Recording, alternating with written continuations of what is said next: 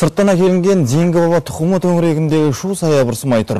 Өткен жылдың күзінде Австриядан әкелінген 722 бас ірі қара енді төлімен жойылмақ. Бұл туралы бүгін Ауыл шаруашылығы министрлігінде өткен жиында вице-министр Гүлмира Исаева айтты. Таудың басы Дайрабайдың көксерінің керін келтірді бұл оқиға, бірақ бұл жолы ірі қара төңірегіндегі шу Австрия мемлекетімен тікелей байланысты. Осы елден былтыр күз айларында келген 722 бас ірі қара түгелдей айықпас вирустық ауруға шалдыққан болып шықты. Еліміздің салалық министрлігіндегілер бұл мәселеге Австрияның ветеринарлық қызметін айыптап отыр. Айтуларынша, олар қазақстандық тарапқа малды сату кезінде олардың вирустық диарея дертіне шалдыққандығын жасырып қалған.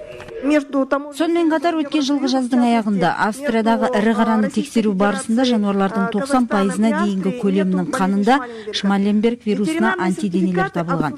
Бұған қоса аталған топтамада жеткізілген малдың арасында инфекциялық ринотрахеит жұқтырғандар анықталды. Министрліктегілердің айтуынша, карантиндік іс-шараларды өткізу барысында республикалық ветеринарлық зертхана мен ветеринария бойынша ұлттық референттік орталық мамандары малғаннан қоздырғыш вирустық диареясы мен Шмаленберг ауруын анықтаған. Кейін бұл зерттеу қорытындыларын Ресей мен Ұлыбританиялық мамандар да қуаттады. Австриядан әкелінген малдардың жаңғы бұзаулығы жаңғы 7-6 айлық болды. Ал қазіргі міне жаңғы ресейлік мамандарымыздан естіп отырмыз. Бұл әсіресе 3-2 апталықтағы малдарды ішті сатады.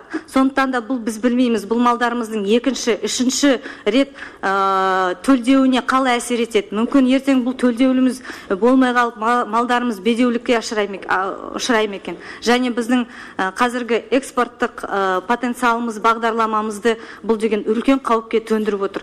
Сондай-ақ зерттеу барысында Шмаленберг дертінің құрамында өлім-жітімнің жоғарылығымен сипатталатын вирусты конго-қырым геморрагиялық ауруының қоздырғыштары бар екендігі белгілі болды. Мамандардың айтуынша, бұл ауру адам өміріне де қауіпті. Сондықтан шетелден жеткізілген мал басы төлімен бірге толық жойылуы тиіс. Қазақстан мал дәрігерлік мекемесі, ауыл шаруашылығы министрлігі уақытысында тауып, уақытысында тоқтатып отыр. Міне, уақытын тоқтатып бар. Әгер бұлар тоқтатпаса, ертең күні, мен бағана айттым ғой, 2 жылдың ішінде бүкіл Батыс Европаны жайлап кеткен бұл ауру. 2 жылдың ішінде. Әгер бізде осы ауру болса, кім біледі, Қазақстан біледі. Ертең күні мына Северный Қазақстанда басталды. Bir жылдан кейін Шымкент облысында болуы мүмкін.